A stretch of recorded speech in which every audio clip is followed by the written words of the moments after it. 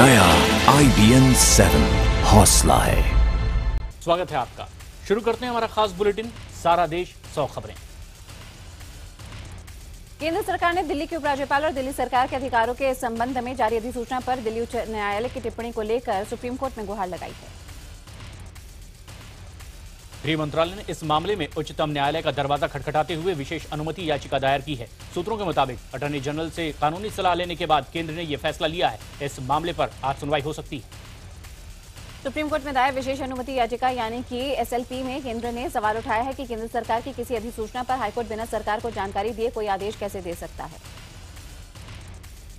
सरकार का यह भी तर्क है कि हाईकोर्ट ने सिपाही की जमानत याचिका पर अपना आदेश 20 मई को रिजर्व कर लिया था और जबकि केंद्र की अधिसूचना 21 मई को जारी हुई थी। ऐसे में हाईकोर्ट ने अपने आदेश में केंद्र के नोटिफिकेशन पर टिप्पणी क्यों की?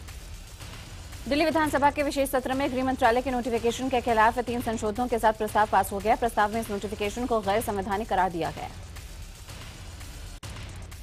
इससे पहले हाई वोल्टेज ड्रामे के साथ बीजेपी विधायकों ने सदन से वॉकआउट भी किया है। वहीं सदन में चर्चा के दौरान रिठाला में आम आदमी पार्टी के विधायक महेंद्र गोयल ने केंद्र सरकार के नोटिफिकेशन की कॉपी फाड़ दी। उधर केंद्र ने हाईकोर्ट के फैसले के खिलाफ सुप्रीम कोर्ट में अर्जी दी है। हाईकोर्ट ने एक हेड कांस्टेबल की याचिका पर सुनवाई करते हुए नोटिफिकेशन पर कई सवाल खड़े किए थे। दिल्ली विधानसभा के विशेष सत्र के दौरान सदन में बोलते हुए अरविंद केजरीवाल ने केंद्र सरकार को चुनौती दी और कहा कि अगर केंद्र में हिम्मत है तो छूकर दिखाए। गुर्जर और सरकार के बीच में बातचीत लगातार असफल होने के बाद सरकार ने एक बार फिर उन्हें बातचीत का नया ऑफर दिया है। नए ऑफर पर गुर्जर बातचीत के लिए तैयार भी हो गए और सुबह 11 बजे राजस्थान सरकार के सचिवालय में गुर्जर प्रतिनिधियों की सरकारी प्रतिनिधियों से बातचीत होगी। अगर गुर्जर सहमत नहीं हुए तो यहां पे आंदोलन खत्म हो सकता है। हालांकि बातचीत में आज भी गुर्जर नेता किरोड़ी सिंह बैंसला शामिल नहीं होंगे। उधर गुर्जर आंदोलन खत्म करने के लिए सरकार नए फॉर्मूले के साथ अब तैयार नजर आ रही है। सूत्रों के मुताबिक इसके तहत सरकार गुर्जरों को 50% की सीमा के बाहर विशेष पिछड़ा वर्ग में ही आरक्षण देने के लिए विधानसभा में एक नया बिल ला सकती है। इस बिल को 9वीं अनुसूची में डालने के लिए केंद्र सरकार को सिफारिश की जा सकती है, जिससे ये बिल कानूनी अड़चनों से बच सकता है। आज सुबह सरकार और गुर्जरों में बातचीत में यही अहम मुद्दा होगा। गुर्जर आंदोलन पर राजस्थान हाईकोर्ट ने सख्त अख्तियार करते हुए सरकार को रेलवे ट्रैक और इस पूरे हाईवे पर से जल्द खाली करवाने के आदेश दिए। हाईकोर्ट ने राजस्थान के DGP, मुख्य सचिव और कोटा के DRM को आज सुबह 10 बजे हाईकोर्ट में पेश होकर स्टेटस रिपोर्ट देने को कहा है। कोर्ट ने 4 जिलों में DM और SP को भी सीधे आदेश जारी किए हैं और तत्काल प्रभाव से दिल्ली मुंबई रेलवे ट्रैक को और जयपुर आगरा नेशनल हाईवे के साथ ही साथ माधो शिवपुर हाईवे को भी आंदोलनकारियों से कब्जे से मुक्त कराने के आदेश दिए। वहीं भरतपुर और जयपुर रेंज के IG को निर्देश दिया गया है कि वे हाईवे और ट्रैक खाली करवाने के काम की मॉनिटरिंग करें। गुर्जर आंदोलन के खिलाफ राजस्थान के करौली जिले में बुधवार को जाटों की महापंचायत हुई है। गुर्जरों की ओर से जाटों की OBC से बाहर कर OBC के कोटे में वर्गीकरण की मांग को जाट नकार दिया। महापंचायत में जाटों ने गुर्जरों की रेल सड़क मार्ग जाम करने की कार्रवाई को गलत बताते हुए सरकार को 3 दिन का अल्टीमेटम दिया। जाटों ने कहा है कि सरकार के 3 दिन में रेल और सड़क यातायात को शुरू नहीं किए तो हजारों जाट खुद आंदोलन स्थल की ओर कूच करेंगे। राजधानी दिल्ली समेत देश के कई हिस्सों में गर्मी और लू का प्रकोप जारी है। भीषण गर्मी के कहर ने अब तक 1300 से ज्यादा लोगों की जान ले ली है। गर्मी की इस मार का सबसे ज्यादा असर आंध्र प्रदेश और तेलंगाना में देखने को मिल रहा है। अकेले आंध्र प्रदेश में ही अब तक लू से 1020 लोगों की मौत हो चुकी है, जबकि तेलंगाना में 340 लोगों की मौत हो गई है। आंध्र प्रदेश के जगन महेश्वरपुरम में तापमान 47 डिग्री रिकॉर्ड किया गया, जबकि तेलंगाना के खम्मम और नालगोंडा में पारा 46 डिग्री रहा। यूपी के कई जिलों में पारा 46 डिग्री के पार पहुंच गया। मौसम विभाग के मुताबिक अगले 48 घंटे तक हरियाणा, चंडीगढ़, पंजाब, विदर्भ और ओडिशा में उच्चतम तापमान बना रहेगा। मौसम विभाग के अनुसार पंजाब, उत्तर प्रदेश, राजस्थान में 2 दिनों तक हालात जस के तस रहेंगे। मध्य प्रदेश, छत्तीसगढ़ और ओडिशा के कुछ इलाकों में भी राहत की उम्मीद नहीं है। दिल्ली में शनिवार शाम तक कुछ राहत मिलने की खबर है। वहीं गुजरात के अहमदाबाद में 7 लोगों की गर्मी की वजह से मौत हो गई है, जबकि दिल्ली में भी लू की वजह से 2 लोगों के मरने की आशंका जाहिर की गई। चतरा जिले में गर्मी और तेज धूप के कारण डैम भी सूखने लगे हैं, तालाब सूखने लगे हैं। मवेशियों के लिए चारे के लिए भी समस्या पैदा हो गई है, तो लोगों का भी जीना मुहाल है। बूंदी में गर्मी से इंसानों के साथ साथ जानवर भी खासे परेशान नजर आ रहे हैं। कलेक्ट्रेट में बंदरों का झुंड कूलर के आसपास मंडराता हुआ नजर आया और उसकी ठंडी हवा में गर्मी से राहत लाता हुआ दिखाई दिया। जमशेदपुर में शाम होते ही आसमान में काले घने बादल छा गए, तेज आंधी भी शुरू हो गई। हल्की बूंदाबांदी से ही शहर के तापमान में काफी गिरावट आई, जो 42 डिग्री पहुंच गया। कांग्रेस अध्यक्ष सोनिया गांधी अपने एक दिन के दौरे पर आज रायबरेली पहुंचेंगी। इससे पहले बुधवार को रायबरेली में प्रियंका गांधी ने अलग अलग इलाकों में किसानों से मुलाकात की। प्रियंका ने मानव संसाधन मंत्री स्मृति ईरानी के सवाल किया है कि रायबरेली में प्रस्तावित आईआईटी का क्या हुआ है। प्रियंका गांधी के सवाल पर जवाब देते हुए केंद्रीय मंत्री स्मृति ईरानी ने कहा है कि प्रियंका ने अपना होमवर्क ठीक से नहीं किया है।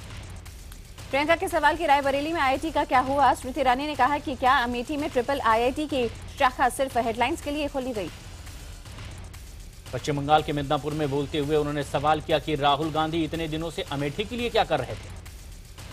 पूर्व प्रधानमंत्री मनमोहन सिंह की प्रधानमंत्री नरेंद्र मोदी से मुलाकात ने राजनीति गरमा दी है। 10 साल तक इसी साथ रेस कोर्स रोड पर रहने वाले पूर्व प्रधानमंत्री मनमोहन सिंह इस बार मेहमान की तरह वहां पहुंचे।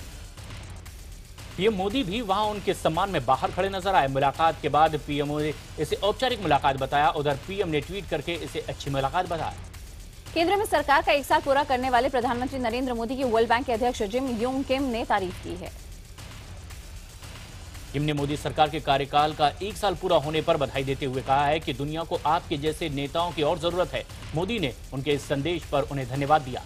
आरजेडी मुखिया ने जनता परिवार में मनमुटाव की हर खबर को खारिज किया। लालू ने सीएम पद की लालसा से इनकार करते हुए यहां तक कहा है कि उनके परिवार का कोई भी सदस्य बिहार के मुख्यमंत्री पद में दिलचस्पी नहीं रखता।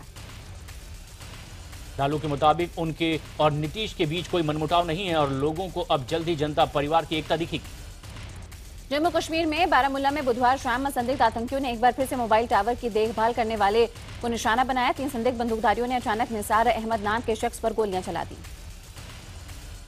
मोबाइल कंपनियों और टावर की देखभाल करने वालों या फिर उसके लिए जमीन किराए पर देने वालों पर यह चौथा हमला था जिनमें अब तक के 2 लोगों की मौत हो गई और 4 लोग घायल हुए हैं। हरियाणा में 10वीं बोर्ड का रिजल्ट बेहद निराशाजनक रहा है। 41% छात्र ही पास हो पाए हैं। 49 स्कूलों में तो ये एक भी छात्र पास नहीं हो पाया। 435 स्कूल ऐसे भी हैं जहां पर 10 से भी कम बच्चे पास हुए हैं। 12वीं का रिजल्ट भी 60 से 70% तक ही रहा है। रिजल्ट खराब होने के पीछे शिक्षा पॉलिसी को जिम्मेदार माना जा रहा है। पूरे प्रदेश के स्कूलों में लेक्चर्स की भी कमी और साथ साथ मूलभूत जरूरतों की भी चीजों का अभाव दिखा। विश्व हिंदू परिषद के नेता अशोक सिंघल ने गंगा की सफाई के लिए बने नमामि गंगे मिशन पर काम करने के तरीके पर सवाल खड़े किए हैं। अशोक सिंघल ने कहा कि सरकार नमामि गंगे पर नियम भले बनाए पर पहले गंगा को प्रदूषण करने वालों को दंडित करना चाहिए ताकि गंगा की धारा अविरल रहे। सिंघल ने कहा है कि नमामि गंगे पर शोर मचाने से कुछ नहीं होगा। गंगा के प्रति लोगों में श्रद्धा का भाव है और इसीलिए नमामि गंगे के नाम पर शोर बंद किया जाए। सलमान खान हिट केस के अहम दस्तावेज जून 2012 में मंत्रालय में लगी आग में जलकर खाक हो चुके हैं। एक आरटीआई के जवाब में महाराष्ट्र सरकार ने बताया है कि आग लगने से पहले सलमान खान केस में सरकार किस स्तर पर क्या फैसला कर चुकी है इसकी जानकारी देना मुमकिन नहीं है। सरकार ने कहा कि उसे सिर्फ इतनी जानकारी है कि इस मामले में सरकारी वकील प्रदीप घराट को सितंबर 2014 से हर सुनवाई के लिए 6,000 रुपए महीना फीस दी जा रही थी। रणथंभौर के बाग T24 के लिए अब मन्नतें और दुआओं का दौर भी जारी है। जयपुर के गोविंद देव मंदिर में जहां प्रार्थना की गई तो वहीं अजमेर में ख्वाजा गरीब नवाज की दरगाह पर चादर भी चढ़ाई गई। टाइगर T24 की रणथंभौर वापसी के लिए गुहार लगाई गई है। T24 को नरभक्षी बताकर उदयपुर के चिड़ियाघर भेज दिया गया था जबकि उसका परिवार रणथंभौर में ही है।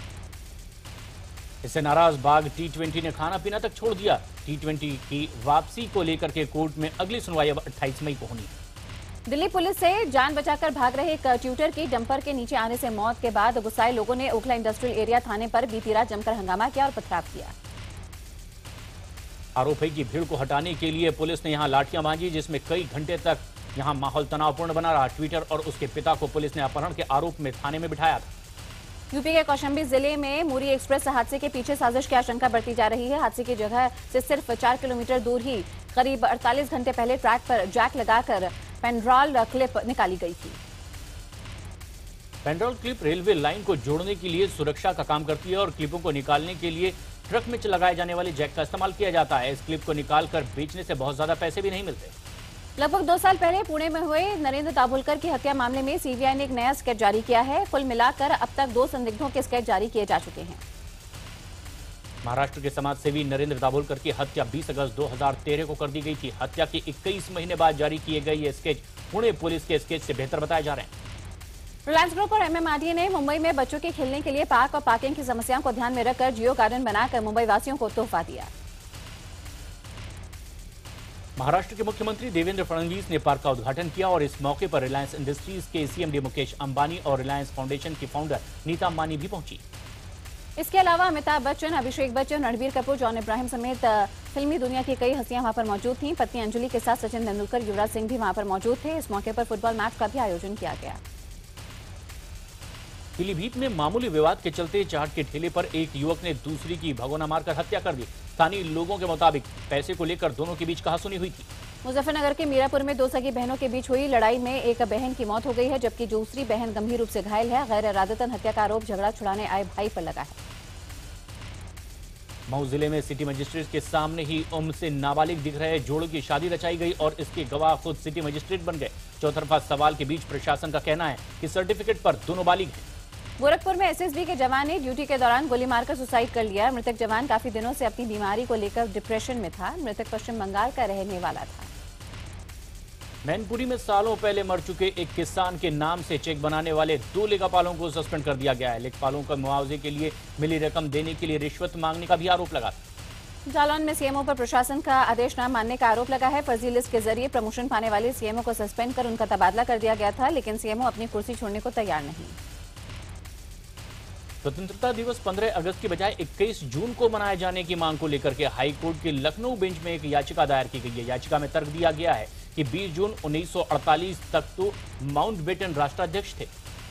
अयोध्या में संतों के एक गुट ने बीजेपी अध्यक्ष अमित शाह के उस बयान पर एतराज जताया है जिसमें उन्होंने कहा था कि राम मंदिर बनाने के लिए जरूरी बहुमत नहीं है। संतों ने बीजेपी पर वादा खिलाफी का आरोप लगाया।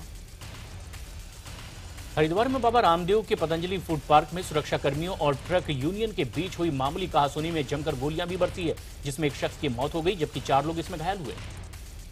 बेतिया पहुंचे उद्योग मंत्री कलराज मिश्र, जहां एक ओर केंद्र सरकार की उपलब्धियां गिना रहे थे तो वहीं दूसरी ओर स्थानीय सांसद डॉक्टर संजय जायसवाल आराम से झपकियां लेते हुए और सोते हुए दिखाई दिए। राजस्थान बीजेपी प्रदेश मुख्यालय आधुनिक सुरक्षा प्रणाली से लैस कर दिया गया है। देश के गिने चुने सियासी दफ्तरों में बीजेपी के इस दफ्तर को भी शुमार कर लिया गया है, जहां सीसीटीवी और अन्य तकनीक से सुरक्षा के इंतजाम पुख्ता कर दिए गए। जैसलमेर हिंगलाज मंदिर में चोरी हो गई है। माता हिंगलाज पर चढ़ाए गए चांदी के छत्र और सोने के आभूषण लेकर चोर रफू चक्कर हो गए। पुलिस ने मामला दर्ज कर जांच प्रारंभ कर दी है। सागर जिले के बेलई गांव में दबंगों ने सरकारी नल से पानी भरने के लिए आए एक दलित युवक पर मिट्टी के तेल की जलती हुई चिमनी फेंककर उसे मारने की कोशिश की है। पुलिस ने आरोपी के खिलाफ मामला दर्ज कर लिया है। मंडला में सरकारी तालाब के पानी को सुखाकर दबंग तालाब की जमीन को करोड़ों रुपए में बेचने की फिराक में थे। दबंग परिवार का मुखिया पूर्व सरपंच है और उनका बेटा पंचायत सचिव। भोपाल में रिश्वत लेने के आरोप में बर्खास्त एसआई अमिताभ प्रताप की पत्नी पर नेताओं से अवैध संबंध का आरोप लगाया गया। उधर पत्नी ने एसआई पर सीएम सहित कई नेताओं के लिए जासूसी करने का आरोप लगाया। व्यापम की वन रक्षक परीक्षा फर्जीवाड़ा मामले में पूर्व मंत्री जगदीश देवड़ा के ओएसडी रहे राजेंद्र गुर्जर और खनन व्यवसायी सुधीर शर्मा को 5 जून तक की न्यायिक हिरासत में जेल भेज दिया गया है। रक्षा मंत्री मनोहर पर्रिकर ने माओवाद के खिलाफ सेना के इस्तेमाल से इनकार कर दिया है। साथ ही उन्होंने कहा है कि अगर सुरक्षा बलों को प्रशिक्षण की जरूरत पड़ती है तो सेना सुरक्षा बलों को प्रशिक्षण में मदद कर सकती है। कोरिया में छत्तीसगढ़ के गृह मंत्री रामसेवक पैकरा ने कहा है कि कांग्रेस के जमाने में नक्सलवाद बढ़ा है। पैकरा ने कहा कि नक्सलवाद समाप्ति की ओर है और वो हताशा में हमारे जवानों पर अटैक कर रहे हैं। सुकमा में सीएएफ के जवानों की गाड़ी अनियंत्रित होकर पलट गई, जिसमें 5 जवान घायल हो गए। सभी घायल जवानों को सुकमा जिला अस्पताल में उपचार के लिए भर्ती करवाया गया, जिसमें एक जवान की हालत गंभीर बनी हुई है। केंद्रीय मंत्री रामगिरपाल ने मधेपुरा पहुंचकर कहा कि पीएम मोदी ने चुनाव से पहले जो वादे किए थे 1 साल में उसमें से बहुत से वादे पूरे हो चुके हैं। साथ ही नीतीश लालू की दोस्ती पर भी निशाना साधा।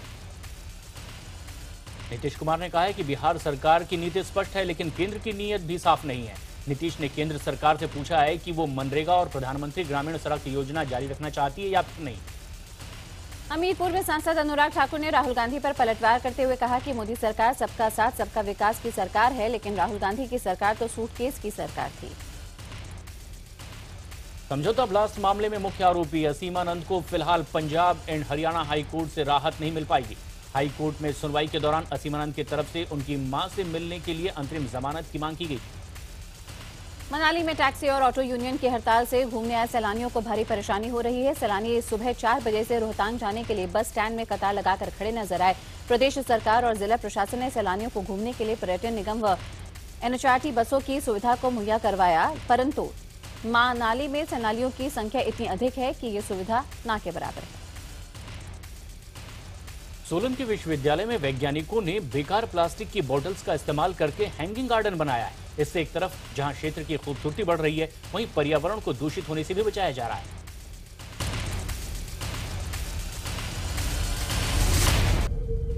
सारा देश 100 खबरों में कुछ और अहम खबरें मनोरंजन और खेल जगत से जुड़ी।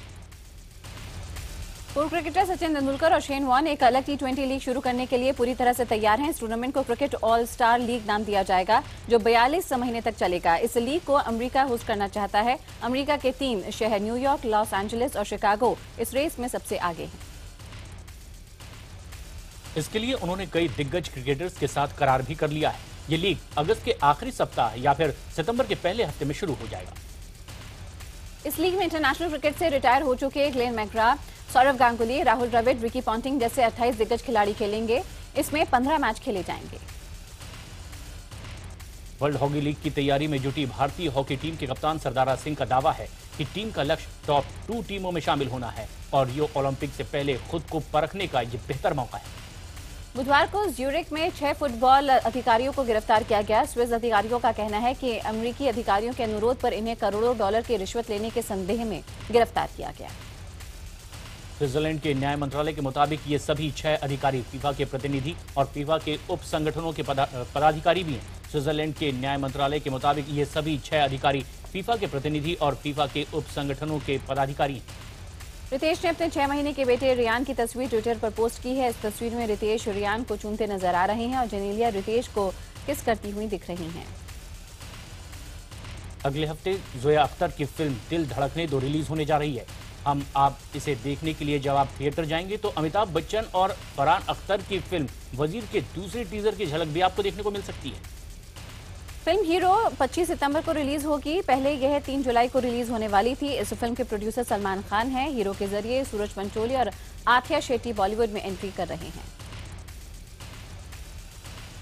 टाइगर श्रॉफ और श्रद्धा कपूर की अगली फिल्म बागी की शूटिंग महबूब स्टूडियो में शुरू की जाएगी। साबिर खान के निर्देशन में बनने जा रही इस फिल्म को साजिद नाडियाडवाला प्रोड्यूस कर रहे हैं। हीरोपंती की सक्सेस के बाद टाइगर एक बार फिर साबिर और साजिद के साथ काम करने जा रहे हैं। कोरियोग्राफर डायरेक्टर रेमो डिसूजा अगली फिल्म फ्लाइंग सिख बनाएंगे। इसके साथ ही उन्होंने ये भी स्पष्ट कर दिया है कि टाइगर श्रॉफ और जैकलीन फर्नांडिस ही इस फिल्म में स्टार कास्ट होगी। रेमो फर्नांडिस और रेमो डिसूजा ने ये कहा है कि पूरी उम्मीद है कि दर्शकों को दोनों की केमिस्ट्री पसंद आएगी। श्रद्धा कपूर जल्द ही अपनी अगली फिल्म रॉक ऑन 2 की शूटिंग शुरू करने जा रही है। फिल्म की शूटिंग इस साल सितंबर से शिलोंग में शुरू हो सकती है। श्रद्धा फिल्म के लिए काफी उत्साहित है।